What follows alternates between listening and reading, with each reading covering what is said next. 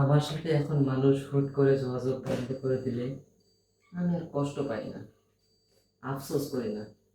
কারণ কি জানেন, আমি তো কারোর জন্য তেমন কিছুই করতে পারিনি যে আমার জন্য কেউ কষ্ট পাবে বা আমার খোঁজ নেওয়ার জন্য পেরেশানি হয়ে যাবে, এমনটা তো কখনো করতে পারিনি। তাহলে এই আশাটা করবো কেন যে অমুক আমার খোঁজ নিল না কেন, আমার খোঁজ করতেছে না কেন, এতদিন হয়ে গেল আমার খোঁজ এখন নিচ্ছে না কেন।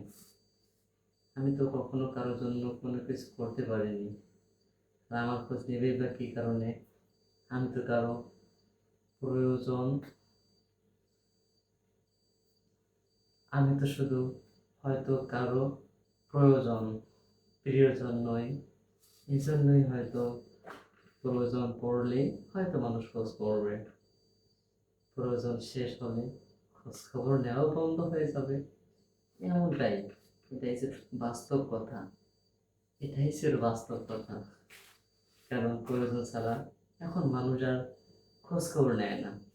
আচ্ছা, আপনি দেখেন তো, আপনার ফোনে যতটা কল আসে, কেউ কি স্বার্থ ছাড়া ফোন দেয়? দেয় না। আচ্ছা, আপনার যত মেসেঞ্জারে যত বন্ধু আছে, আপনার কি কোনো বন্ধু প্রয়োজন ব্যতীত আপনার সাথে যোগাযোগ করে? হয়তো করে, আপনার আমার করে না। কারণ ওই যে আমি হয়তো মানুষের প্রয়োজন, প্রিয়জন নয়। জীবনটা আসলে এমনই, মানুষের প্রয়োজন হওয়া খুবই সহজ, প্রিয়জন হওয়া না। আর আমি কারো প্রিয়জন হতেও চাই না, কারণ আমার মতো অধম কারো প্রিয় হতেই পারবে না। আর আল্লাহ তাআলা যার জন্য যেটা লিখে রেখেছেন সেটাই হবে।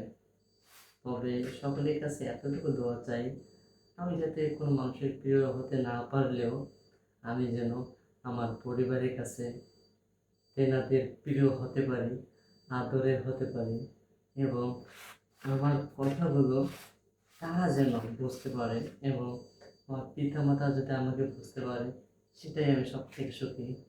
আপনাদের কাছে এতটুকুই দোয়া চাই।